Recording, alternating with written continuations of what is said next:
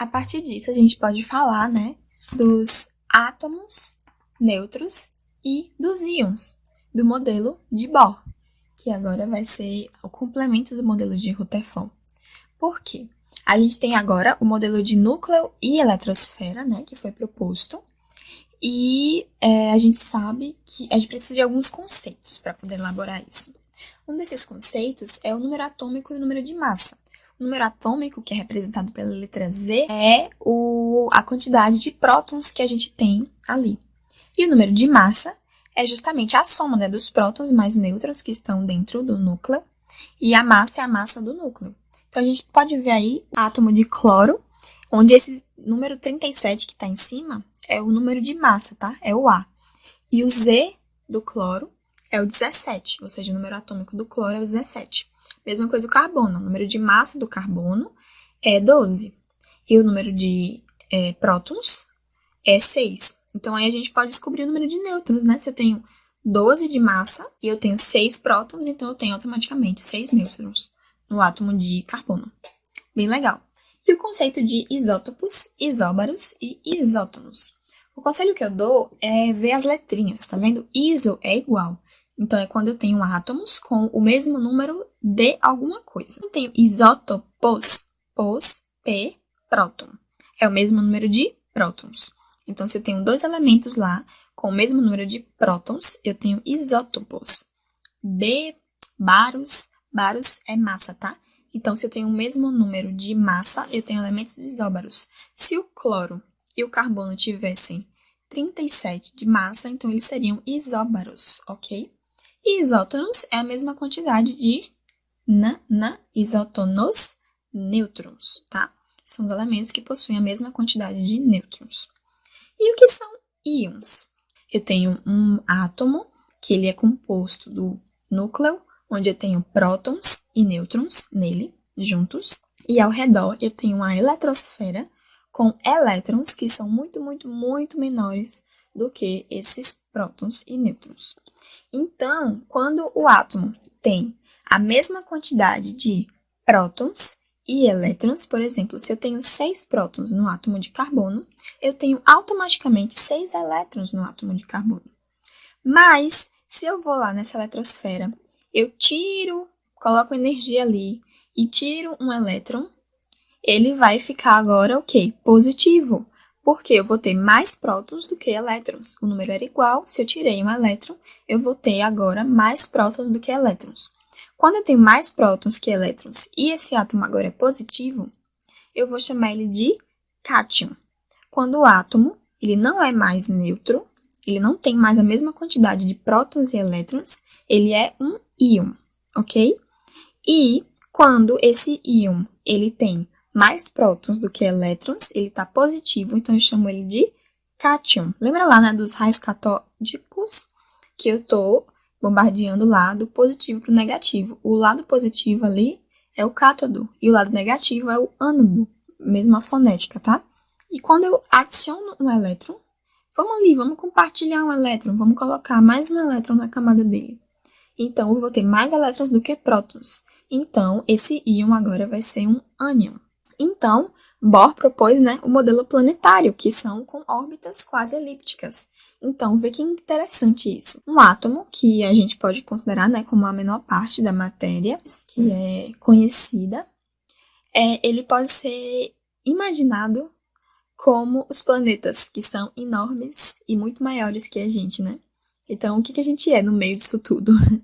Mas, assim, as leis da física, a gente pode ver isso, que constituem os átomos e os planetas, elas são parecidas, assim, em relação à força, à elétrica, mas a gente vai ver que, como a gente está falando de coisas muito, muito pequenas, as leis da física clássica, elas não valem mais. É aí onde surge a mecânica, né? E isso é interessante porque a gente pode se aproveitar desse conhecimento para usar e abusar da tecnologia, né? Que é o que nós, seres humanos, fazemos hoje. E a gente pode conversar um pouquinho sobre isso mais tarde. Mas aí a gente tem o modelo planetário com as órbitas, que são quase elípticas. E aí, a partir disso, a gente pode pensar um pouquinho em transição eletrônica. Quando eu falo que eu tiro um elétron ou coloco um elétron dentro desse átomo, os prótons não se mexem nos prótons, tá? A gente vai mexer nos elétrons. Quando eu mexo nesses elétrons, eu preciso de uma grande quantidade de energia para isso acontecer, tá? Não é fácil assim, não. Então, quando eu faço isso, eu estou forçando transições eletrônicas. Eu estou fazendo com que elétrons saiam lá de suas camadas. A gente ainda vai estudar isso, mas a gente tem as camadas eletrônicas lá, S, P, em que os elétrons ficam organizados, tá? Eles não ficam bagunçados aleatoriamente. Eles têm suas camadas de energia. Quando a gente dá ou tira energia desses elétrons, eles vão sofrer transições, eles vão de momentos mais energéticos para momentos menos energéticos, ou seja, eles vão absorver ou liberar energia para que isso aconteça. E aí é onde entra a mecânica, né? Por exemplo, vamos falar um pouquinho de mecânica quântica, ok? Os elétrons, eles têm uma dualidade que foi descoberta, em que eles podem ser tanto onda como partícula, ok? O que é onda? Onda é uma energia, ela pode ser vista como uma energia de propagação. Então, quando a gente tem lá o som, uma onda mecânica, é o som. O som é a propagação de uma energia. Quando eu escuto um som, é uma onda. Se eu estou falando aqui para vocês, a onda da minha voz tá chegando ao microfone para que vocês ouçam. Então, ela reverbera. Por isso que a gente tem lá o eco, tem alguns fenômenos da onda, né, em forma de som. E ela é uma onda mecânica. A onda eletromagnética é a luz, onde a gente tem elétrons se movendo, né, de forma elétrica e de forma magnética. É difícil explicar isso agora, mas saiba que que o elétron tem uma dualidade de onda-partícula e que ele está presente na luz. Assim como ele está presente na corrente elétrica, ele também está presente na luz, ele emite luz, ok? E isso nos dá alguns fenômenos, como a bioluminescência. Alguém já viu aí cogumelos coloridos, neons, vagalumes?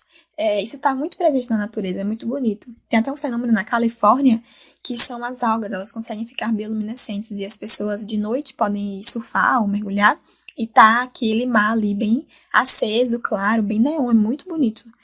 E esses são fenômenos em que esses elétrons dos elementos lá, dos animais, da natureza mesmo, eles conseguem fazer essa transição eletrônica com a quantidade de energia e exibir esses fenômenos que são observados. A espectroscopia é uma ciência química, física, em que a gente pode estudar e observar o espectro da luz ou das energias, né? Esse espectro, ele é muito amplo. Ele vai desde a energia ultravioleta, que também está lá em forma de ondas, que é a energia que vem do nosso Sol, até as micro-ondas. A gente tem a luz visível, o espectro lá do arco-íris, todas as luzes que a gente vê, até as ondas de rádio.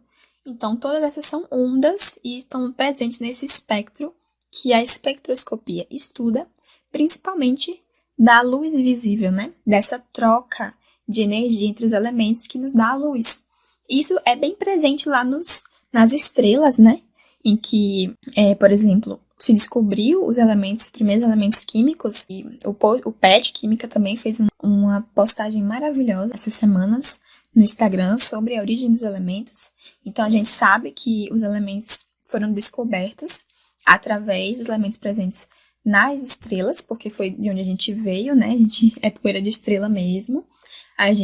Somos resquícios, os primeiros elementos são os resquícios do que tinha no universo. Então, o hidrogênio, o ferro, todos os elementos que estão presentes nos planetas foram descobertos através das luzes que eles emitiam, tá? Eles tinham energia quando eram observados lá pelos telescópios, e essa energia que eram poderia se ver em formato de cores, né? E essas cores são as cores que os elementos emitem. Isso está presente bem bonitinho nos fogos de artifício. O sódio é amarelo e cada metal tem uma cor, vão ser excitados e a gente vai ter lá as cores. E foi assim que se descobriu, né, os elementos. O espectro, ele tá bem presente na capa do CD do Pink Floyd, que a gente tem lá o prisma, né, que é uma luz, uma energia que é emitida.